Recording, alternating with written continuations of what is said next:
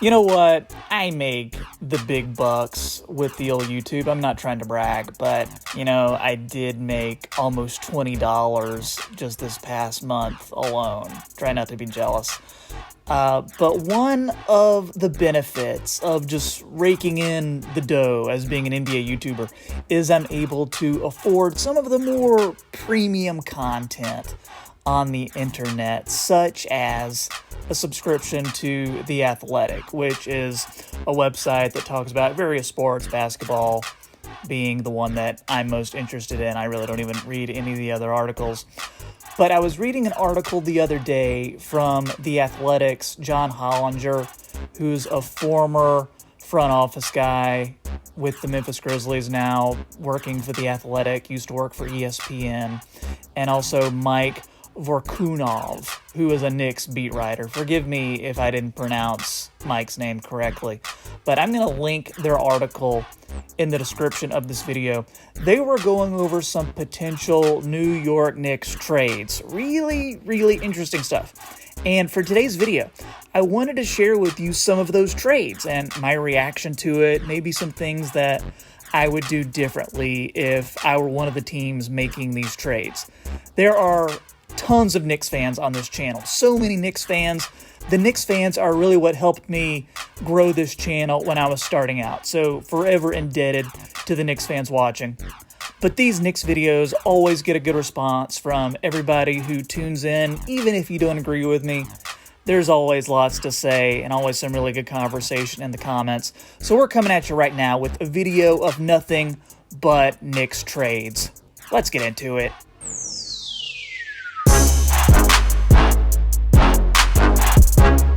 Thanks for clicking on today's video, everybody. My name is Troy. This is the Half Court Report YouTube channel. Really fun trades that I'm about to tell you about that, I had never seen proposed anywhere before. So excited to bring you this video today. If it's your first time here, I post a few times a week on anything and everything NBA related. So if that's your thing, hey, I would love if you drop a like on this video, would love if you subscribe to the channel.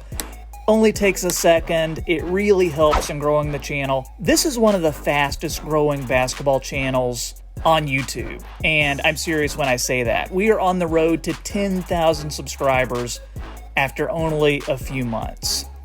So when John Hollinger and Mike Vorkunov did this article about these Knicks trades, it was with the stipulation that the Knicks are trying to get better next season. So the Knicks aren't just going to be dumping good players with the intention of taking back bad contracts so maybe they can get some draft picks. So I need you guys to keep that in mind when I tell you about these trades. The first trade is Julius Randle and the Knicks' 38th pick, the second round pick, to the Minnesota Timberwolves for James Johnson, Omari Spellman, and the 2020 first round pick, number 17 from Minnesota. I've said before on this channel that the Knicks are looking to move Julius Randle. When he's like the third or fourth option on a team, he definitely has some value. It's just with the Knicks, he was like the first or second option, so he didn't fit there. Mike and John Hollinger argue that the Timberwolves are tired of losing. They don't need yet another draft pick, being number 17, and that Julius Randle would be a veteran who could really help them out in a big, big way. He would be the go-to guy when Karl Anthony Towns and D'Angelo Russell are on the bench, which makes a lot of sense. The big issue with this trade, though, would be adding another bad defender to a team that already has two bad defenders in Cat and D'Lo. For the Knicks, this trade works because you take a flyer on a guy like Omari Spellman, who is a former first-rounder. James Johnson is an expiring contract to help make the salaries work. He can maybe give you 10 to 15 minutes a game. And with the pick, you could get somebody like Kira Lewis, Tyrese Maxey, or RJ Hampton in that number 17 slot. I like this trade a lot because Randle is not a good fit on the Knicks. So if you can get a first rounder for him, even in a weak draft like 2020, then I think that's something you need to try and do. I like it for the Timberwolves as well, but again, you are going to need to flesh out more of the roster with some good defensive players, or you are just going to get killed every night from the other team. The next trade is Dennis Smith Jr. and the number 8 pick to the Chicago Bulls for Thaddeus Young and the number 4 pick. This trade would allow the Knicks to move up 4 spots in the draft, but they do have to take on 2 more years of Thaddeus Young's salary. This trade saves the Bulls money. It allows them to get a look at former top 10 overall pick Dennis Smith Jr. The Bulls could get somebody like Obi Toppin or Devin Vassell with that number 8 pick that they end up trading for. John Hollinger also suggested adding a player like Cristiano Felicio, who is a bad contract with the Bulls. So if you add him to the deal, it could maybe be a bit more enticing for the Bulls to make that trade. For the Knicks, Thad Young would likely start along with Mitchell Robinson in the front court. Yeah, you do cut your losses with DSJ, admit that he wasn't the right player for your team, but the number 4 pick allows you to get somebody like Denny Advia, Killian Hayes, Isaac Okoro, all really solid players that the Knicks could use. This trade, in all honesty, doesn't do a lot for me because the difference between the number 4 and number 8 picks isn't that wide. This one, I think, is more in favor of the Bulls. Again, though, unless there's someone they really like at that 4th spot. The next trade is with the Pacers for Victor Oladipo. The Knicks would send out Wayne Ellington and 2 future first-rounders.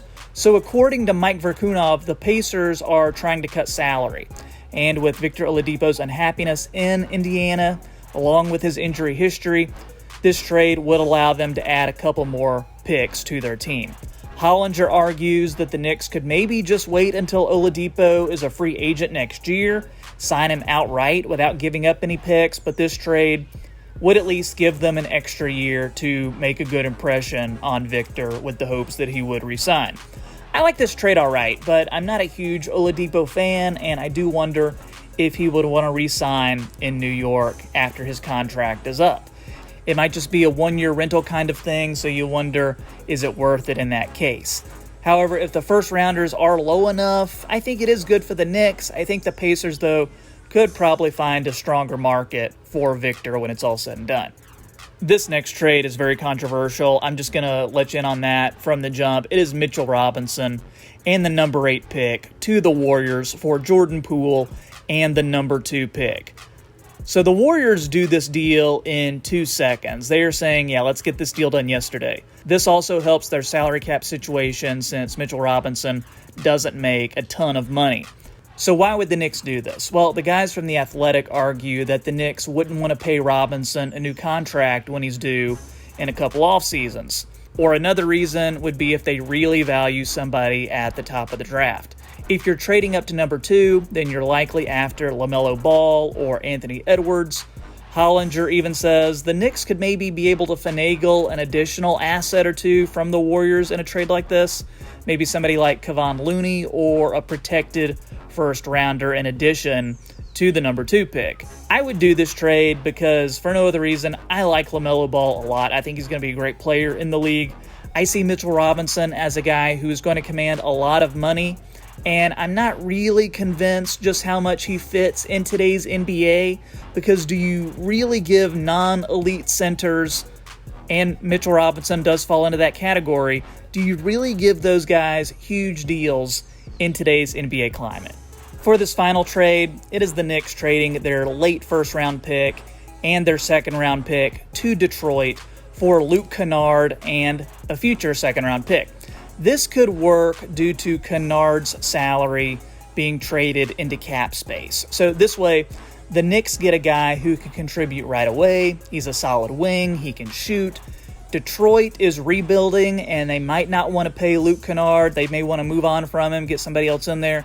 He's a little injury-prone as well with his knee. I like this for the Knicks, but you would need to make sure that Kennard's knee is in good shape. For Detroit, to me, I think Luke is probably worth a little bit more than a late first-round pick, maybe more of a mid-second-round pick, but not sure how he fits in on this rebuilding Detroit team right now. Guys, that's what I think. Let me know in the comments. A lot of you are going to disagree with me and my thoughts on this, but hey, let me hear it anyway. Love the discussion. If you enjoyed this video, be sure to like this video. Helps in growing the channel. Make sure to give us a subscription as well. This is Troy with the Half Court Report, and I'll see you next time.